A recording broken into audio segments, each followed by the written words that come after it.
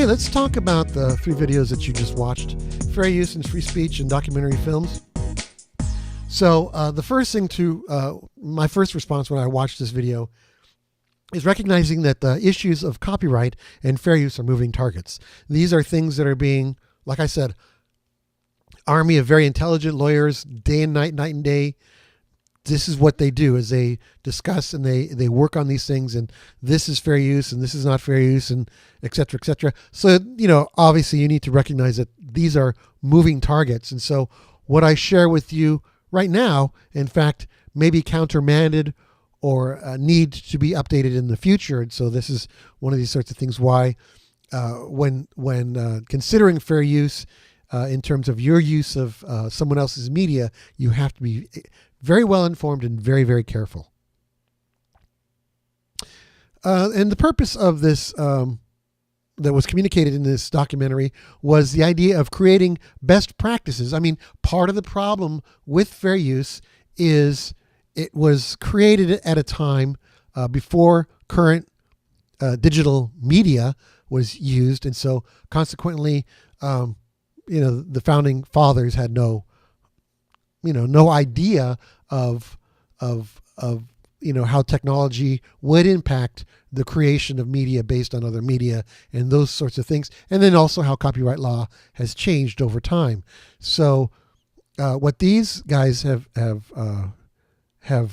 decided to do is to create a document where they could spell out best practices. Now, this doesn't have the force of law, but it does have the understanding of policy. And so you as a user of someone else's media wanting to pursue, let's say in the case of a documentary, it gives you some guidance as to how you should proceed.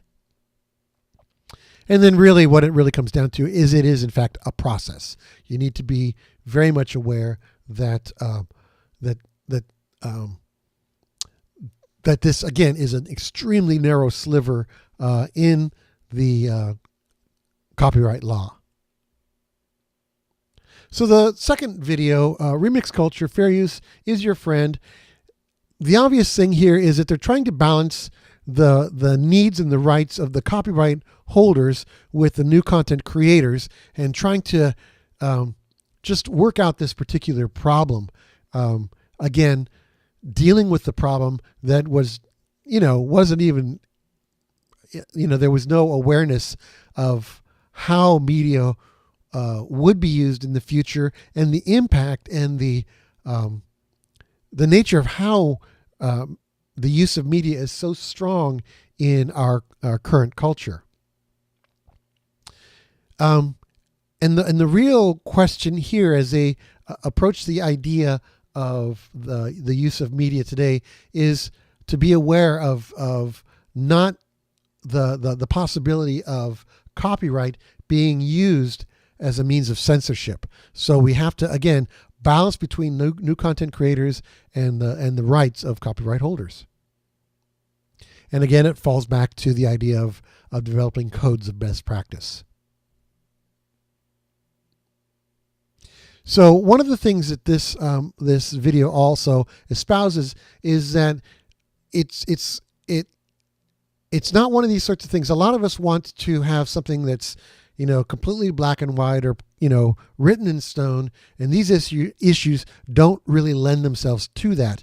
What we need to do, especially those of us who espouse to the idea of new media and digital media, is to engage in an active dialogue, recognizing the needs of copyright owners or holders and the needs for for our culture to have to utilize media in a way that's become prevalent. And so we need to engage in this dialogue and not just come down on one side or the other, or back away and just throw up our hands. That we need to engage in a dialogue, recognizing that the funny thing is the new content creators of today will be the copyright holders of the future. And so however it is that this works out will affect us as we create media, or as you create media in the future. So it's important to be rational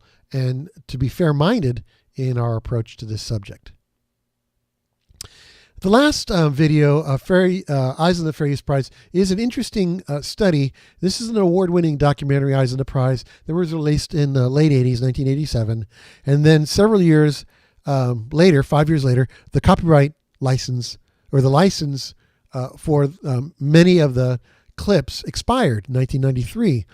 And so what ended up happening was the documentary producers couldn't afford the $500,000 relicensing fee that would have been required for them to continue to market and distribute this miniseries. And so it led to a number of problems, particularly, and this is what is really the subject of this particular video, is who is served when history and culture become private property. So when these videos of the civil right, these films of the civil right are legitimately the property of various media organizations, and they require a particular compensation for those who would want to use them. We have to, the question really does come down to balancing the needs of our culture versus the needs of those who have expended their efforts to create these films from the past. And so that was the sharp focus of this particular video. Now, when I first became aware of this, what was happening was it was creating a real problem.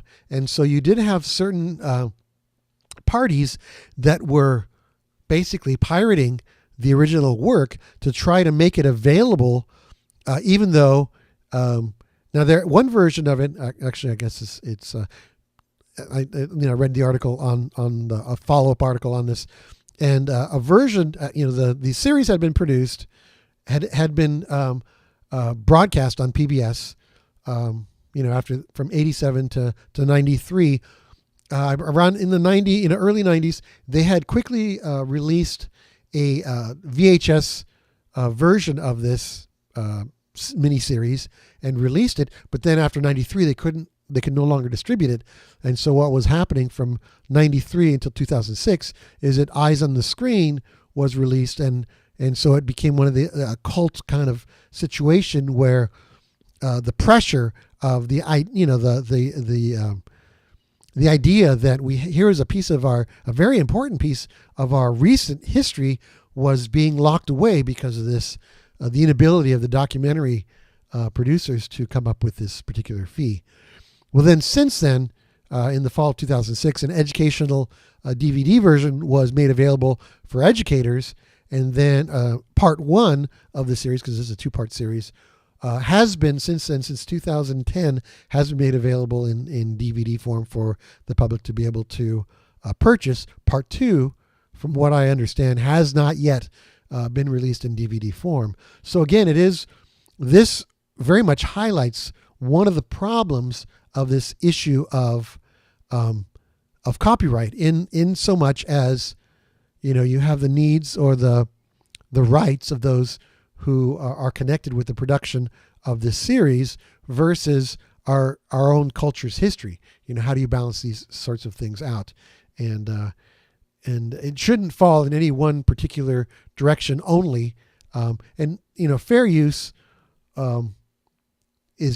should be one of these kinds of tools that should address this particular problem, this particular need. But again, it's very, very narrow, and there are a lot of requirements. And in fact, you couldn't use fair use in terms of, let's say, as an educator, and just grab it off the internet, let's say, and show the whole series to your classroom and say that's fair use, because that's not a percentage, that's the whole thing.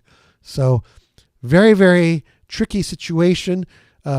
The documentary producers doing what would be considered reporting should be able to use at least parts of these films. But again, we need to balance the needs of content creators and copyright holders with those with the needs of our own culture.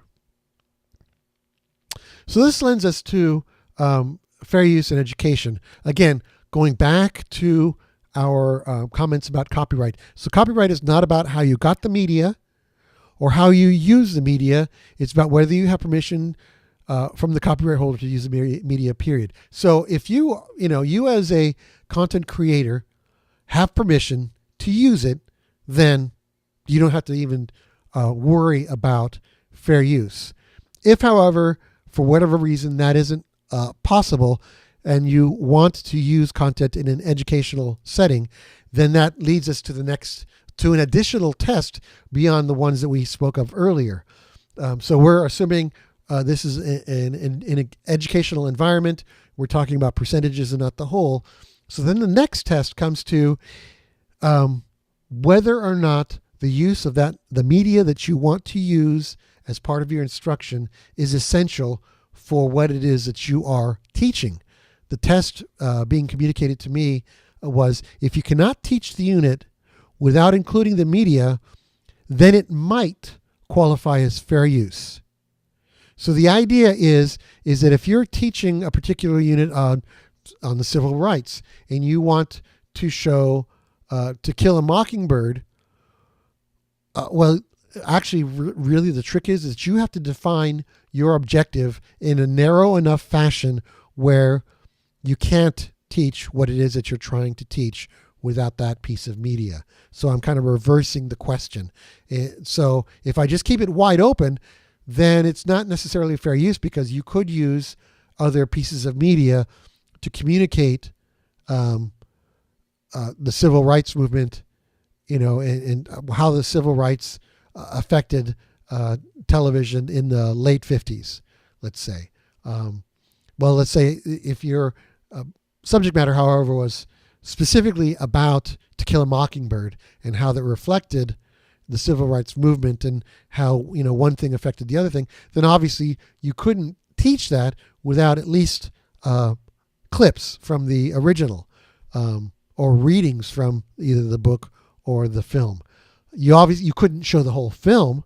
That wouldn't be fair use, but you could use clips. So that would be the educational test. Now, obviously, you could eliminate this question of fair use by either getting permission or by purchasing the proper license. And again, this is the issue when working with individuals, in you guys as individuals, because we tend to think of what is it that I can do, when really addressing this particular problem in a classroom setting or in a training setting, it should be what can my organization do to support the learning of my students? And in many cases, when it comes to media today, many organizations, school districts, institutions will go the next step and will purchase the proper license and purchase, like, let's say, you have a bunch of science and types of things that you want to create, a media that you want to use. Well, the Discovery Channel in recent years has figured out that if they sell licenses to school districts, the Discovery Network, I think is what they call it, can be purchased, or not the Discovery Network, but it's a proper license, and then your educators in this organization or district have access to these videos. Again, there are certain rules and restrictions, and then you don't have to deal with whether or not it's fair use. But if, again, you find yourself in a situation where for whatever reason you can't get permission and you don't have the means to get the proper license, then that's the test, is whether or not you can or cannot teach the unit without using this piece of media, not the whole thing, but a percentage. Now, one additional thing that you should be aware of is this only applies for non-profit public institutions. So if you're involved in a for-profit institution, such as Full Sail, or you are doing a presentation in a for-profit conference, or you're doing training in a for-profit environment, in any kind of corporation that is a for-profit corporation, then the fair use clause does not apply. You must get proper permission or use media that's appropriate with a commercial license. So there you go. Those are the fair use facts, and we will catch you on the other side when we start talking about Creative Commons.